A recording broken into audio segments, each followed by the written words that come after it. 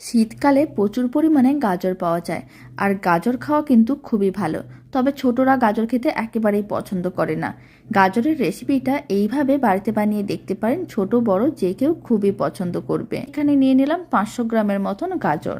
গাজরগুলোকে ভালো করে জল দিয়ে ধুয়ে পরিষ্কার করে নিয়েছি। এবার গাজরগুলোর খোসাটা ছাড়িয়ে নেব আর সামনের পেছনের অংশটা অল্প করে কেটে বাদ দিয়ে দেবো। এইভাবে অল্প করে কেটে বাদ দিয়ে দিলাম। তারপরে একটা করে গাজর নিতে হবে আর ছুরির সাহায্যে এইভাবে গাজরের ওপরের খোসাটা তুলে নিতে হবে। ঠিক এইভাবে একটু একটু অল্প অল্প করে খোসাটা তুলতে হবে। আর এই একইভাবে সমস্ত গাজরের খোসাগুলোকে ভালো করে পরিষ্কার করে নিতে হবে আর সামনের ও পেছনের অংশটা অল্প করে কেটে বাদ দিতে হবে। সমস্ত গাজরের খোসাগুলো পরিষ্কার করে নেওয়ার পরে জল দিয়ে আবারও ভালো করে ধুয়ে নিয়েছিলাম। তারপর একটা গ্রেটার নিয়েছি। গ্রেটারের সাহায্যে গাজরগুলোকে নিতে হবে আর এইভাবে গ্রেট করে নিতে হবে। আমি এখানে ছোট গ্রেটার দিয়ে গ্রেট করে নিচ্ছি, আপনারা চাইলে বড় গ্রেটারেও গ্রেট করতে পারেন। আর না হলে গাজরগুলোকে ছোট ছোট টুকরো করে কেটে মিক্সির জারের মধ্যে নিয়েও গাজরগুলোকে পেস্ট করে নিতে পারেন। তবে এইভাবে যদি গ্রেট করে রেসিপিটা বানানো যায় খেতে অনেক বেশি ভালো লাগবে। এবার আপনাদের কাছে সময় কম থাকলে আপনারা মিক্সির জারের মধ্যে নিয়ে গাজরগুলোকে পেস্ট করে নিতে পারেন। সমস্ত গাজরগুলোকে গ্রেটারের সাহায্যে গ্রেট করে নিচ্ছি, তারপর আমি আপনাদের একসঙ্গে দেখাচ্ছি। সমস্ত গাজরগুলোকে গ্রেটারের সাহায্যে গ্রেট করে নিয়েছিলাম। আর এখানে আমি 500 গ্রাম গাজর দিয়ে রেসিপিটা বানাচ্ছি, আপনারা চাইলে কম বা বেশি করতে পারেন।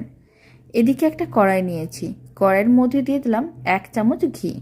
ঘিটা খুব ভালো করে কড়াইয়ের চারিদিকে ছড়িয়ে নিতে হবে আর ঘিটা মেল্ট হওয়ার জন্য অপেক্ষা করতে হবে। যখন ঘিটা মেল্ট হয়ে যাবে তখন কড়াইয়ের মধ্যে দিয়ে দিতে হবে গ্রেট করে রাখা গাজর। যেই 500 গ্রাম গাজর আমি গ্রেট করে রেখেছিলাম সেই পুরো গাজরটাই দিয়ে দিলাম। এবার 3-4 মিনিট এইভাবে গাজরগুলোকে ঘিয়ের সঙ্গে ভালো করে মিশিয়ে নাড়াচাড়া করতে হবে যাতে গাজরের কাঁচা গন্ধটা চলে যায়। আর অল্প একটু ঘি দিয়ে গাজরগুলোকে ভেজে নিলে সেন্টটাও খুবই সুন্দর আসে আর খেতেও বেশ ভালো লাগে। তার জন্য এইভাবে 3-4 মিনিট গাজরগুলোকে একটু রান্না করে নিতে হবে, এতে গাজরের কাঁচা ভাবটাও চলে যাবে আর গাজরগুলো একটু সেদ্ধও হয়ে যাবে। প্রায় 3 মিনিট পরেই দেখাচ্ছি। আপনারা দেখুন গ্রেট করা গাজরগুলো কিন্তু অনেকটাই কমে গেছে, নরম হয়ে গেছে। এবার আমি এর মধ্যে দিয়ে দিচ্ছি 50 গ্রাম খেজুর গুড়।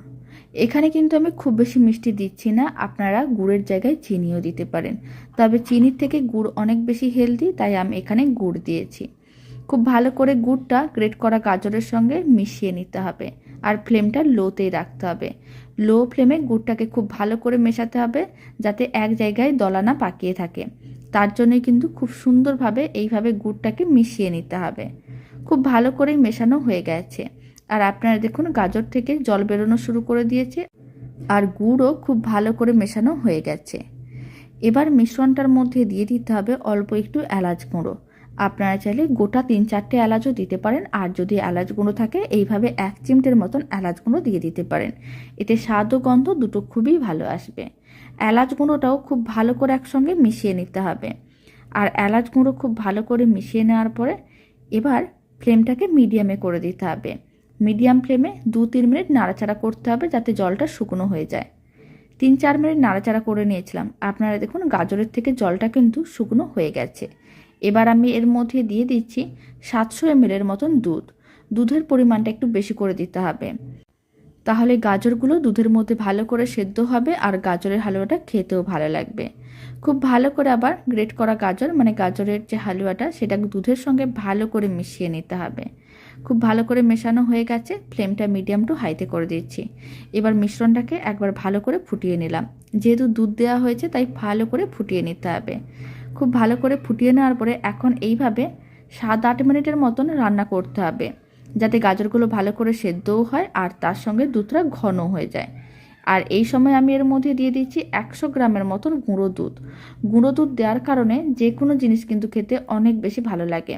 লো ফ্লেমে গুঁড়ো দুধটা খুব ভালো করে মেশাতে হবে যাতে দলা না পাকিয়ে যায়। তবে গুঁড়ো দুধটা একেবারেই অপশনাল, আপনারা চাইলে দিতেও পারেন নাও দিতে পারেন। গুঁড়ো দুধটা খুব ভালো করে মেশানো হয়ে গেছে। এবার আমি এই গাজরের হালুয়ার মধ্যে দিয়ে দিচ্ছি কিছু ড্রাই ফ্রুটস। আপনারা আপনাদের পছন্দ মতন যে কোনো ড্রাই ফ্রুটস দিতে পারেন। প্রথমে আমি দিয়ে দিলাম 1 মুঠোর মতন কাজু বাদাম, তারপরে আমি দিয়ে দিচ্ছি এর মধ্যে বেশ কিছুটা পরিমাণ কিশমিশ। এখানে 1 মুঠোর মতনই আমি কিশমিশ দিয়ে দিলাম। এবার সমস্ত কিছু আবারও খুব ভালো করে মিশিয়ে নিতে হবে।